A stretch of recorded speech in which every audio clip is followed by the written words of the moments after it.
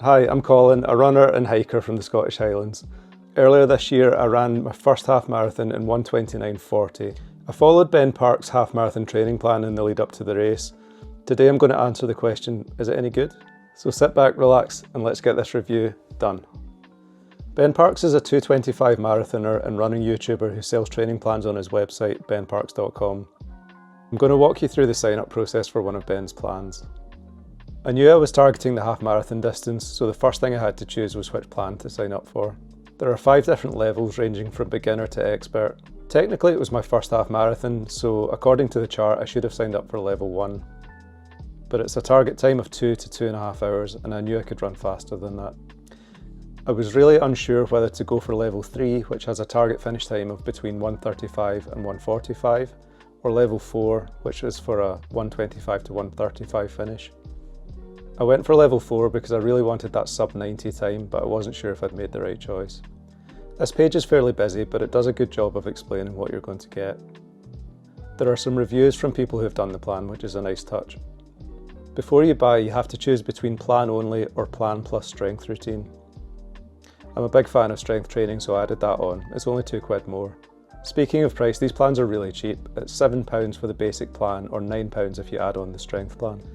I've paid 10 times as much for similar plans in the past, so the pricing seems really fair. You can also get 10% off if you sign up for Ben's mailing list. Okay, I've signed up for a training plan. I've got an email with a link to download as a PDF, so let's have a look at it. There's a couple of pages of introduction and then onto a glossary. I'd normally skim over this kind of thing, but it's actually pretty good. It explains terms like easy runs and strides, not just what they mean, but why you do them. Understanding the why is pretty important when you're following a plan like this. Then we move on to a pace chart. A couple of things I like about this. It's broken down in miles and kilometres, which is super helpful. A lot of the sessions call for you to run at 5k or 10k pace or your target race pace, so having them spelled out like this is really good. And it gives different paces whether your race target time is 1:25, 1:30 or 1:35. So even within the plan, you can tailor your sessions to be a bit faster or slower depending on your goal. I used this chart a lot during my training to set a target pace on my watch. If you're interested, I used the 1:30 pacing since that was my target time.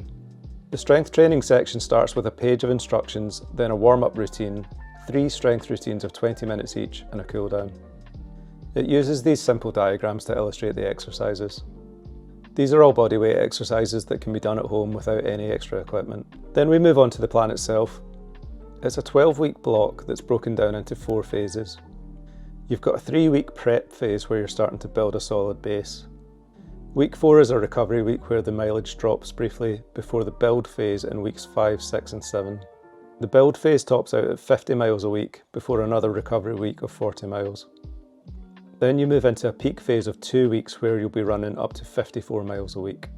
Finally, there's a 2-week taper, averaging 35 miles before the race itself. The whole plan is given in kilometres too, so you can use whatever you prefer. So that's the structure of the plan. Let's see what a typical week looks like.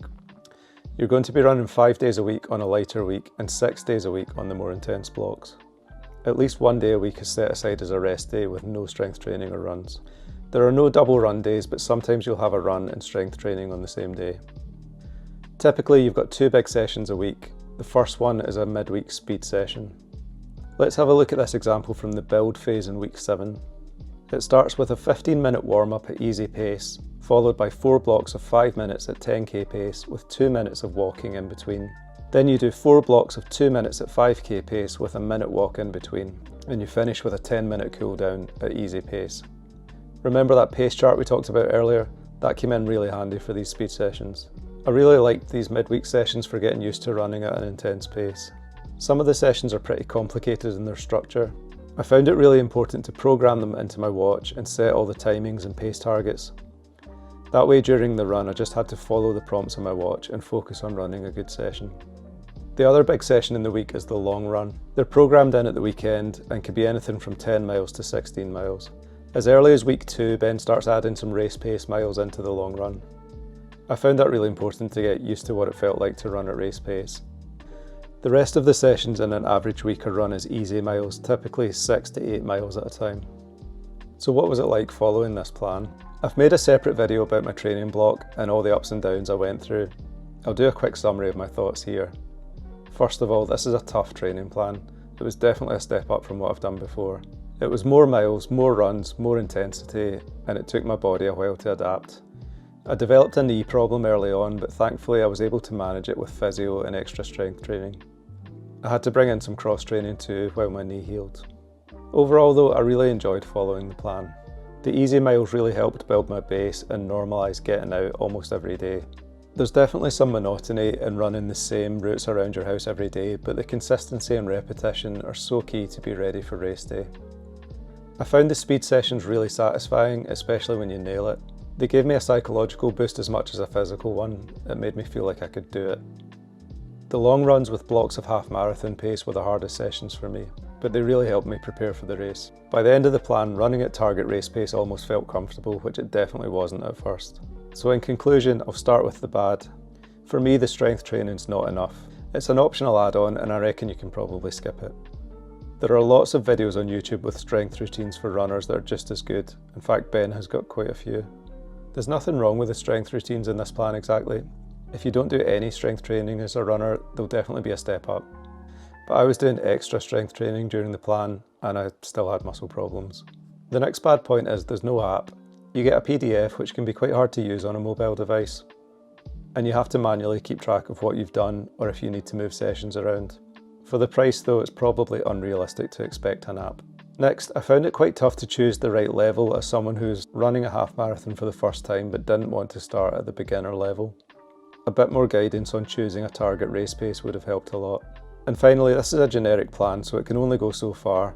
It's not tailored to your needs and fitness, and you have to be able to adapt and change along the way. If you're a beginner, you might benefit from working with a coach who can tailor things just for you. Likewise, if you're an advanced runner, you might feel limited by an off-the-shelf plan. I think plans like this are best for middling runners like me who just want some structure in their training. So what did I like about the plan? Firstly, you've got to love the price. £7 for a plan like this is an absolute bargain, and I think Ben could charge more for it. I really liked the structure of the plan and the way it was laid out. I found the instructions easy to follow and it did a good job of explaining why I was doing each session. The whole plan is shown in miles and kilometres, which is really helpful. I use miles, so I was able to focus on that section of the plan and understand it. The pace chart was a nice touch that made sure I was executing each part of the plan with the right intensity. I also liked the little advice sections under each week that gave me some helpful cues and encouragement. And above all, it worked. I followed the plan really closely and ended up hitting my goal of a sub-90 half marathon. If you've got a goal race coming up, I would definitely recommend Ben Park's training plans. To get a structured, well thought through training plan for under a tenner is definitely a bargain. If you want to try it out, go to benparks.com and let me know in the comments how you get on. Thanks for watching. If you liked the video, please give it a like and hit subscribe. It's a brand new channel, so it really helps.